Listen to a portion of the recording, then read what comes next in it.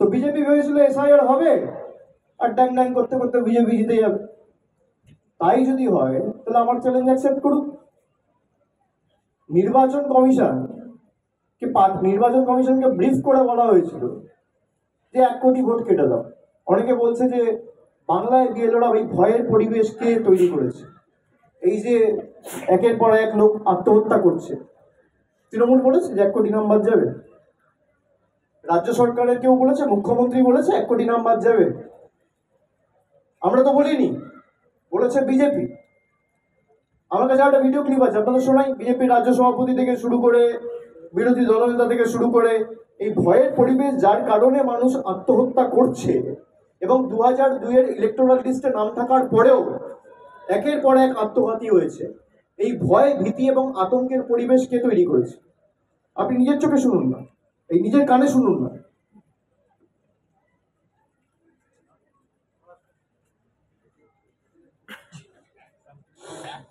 বেশি নাম বাদ যাওয়া উচিত। 1 কোটি নাম বাদ যাবে লিখে, 1 কোটি নাম বাদ যাবে লিখে রাখো। আরে আগে পরে হতে পারে। পশ্চিমবঙ্গে 1 কোটির বেশি ভোটার তালিকা থেকে নাম কোয়াবে। পশ্চিমবঙ্গে 1 কোটির বেশি ভোটার তালিকা থেকে নাম কোয়াবে। এসআইআর এখনো 2 মাস চলবে, আগে থেকেই ভবিষ্যৎবাণী করে দিল।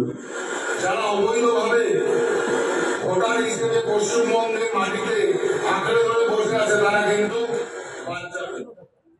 বিহারে যদি 56 লক্ষ নাম বাদ যায়, এটা বর্ডার, স্বাভাবিকভাবে তার থেকে বেশি হওয়া উচিত হিসেবে মতো, কিন্তু লজিক বলে প্রচুর হিন্দুদেরও ভোট বাদ যাবে। বিহারের ধাঁচে যদি এখানে হয় সার্কুলেশন, তাহলে এদের নাম কি করে রক্ষা করবে?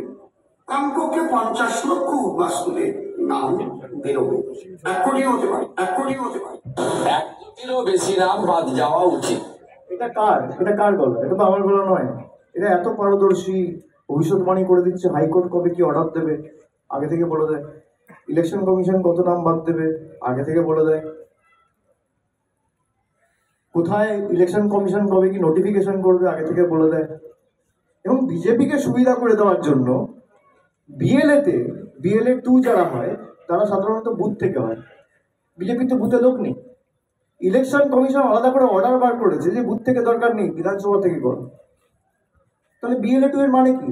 বিএলএ মানে কি? বিএলএ ফুল ফর্ম কি? Booth level agent. আপনি অ্যাসেম্বলি থেকে করছেন, তাহলে অ্যাসেম্বলি লেভেল এজেন্ট বানিয়ে দিন। ভাই সেই বুথ থেকেই তো তাকে হতে হবে। তাহলে বুথ লেভেল এজেন্টের মানে কি?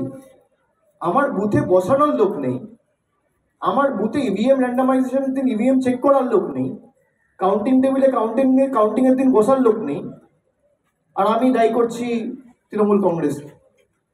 পঞ্চায়েত ভোট তো নির্বাচন কমিশন প্যারামিলিটারি ফোর্স দিয়ে করিয়েছিল, হাইকোর্টের অর্ডার। কি হয়েছিল? পরের পুরসভা হবে, আবার কেন্দ্রীয় বাহিনী নিয়ে এসে ভোট করাবে। যত কেন্দ্রীয় বাহিনী দেওয়ার দিন, ভোট তো মানুষ দেবে, কেন্দ্রীয় বাহিনী ধরে দেবে। আপনার ধমকাবেন, চমকাবেন। বাংলার মানুষ বশ্যতা স্বীকার করে না। এই মাটি স্বাধীনতা আন্দোলনের ক্ষেত্রে পথ দেখিয়েছিল, বিপ্লবীদের মাটি। এই মাটি আপনাদের কাছে মাথা মতো করবে না। আপনারা চান মমতা বন্দ্যোপাধ্যায় গিয়ে আপনাদের কাছে মাথা মতো করুক, আমরা মাথা উঁচু করে লড়াবো।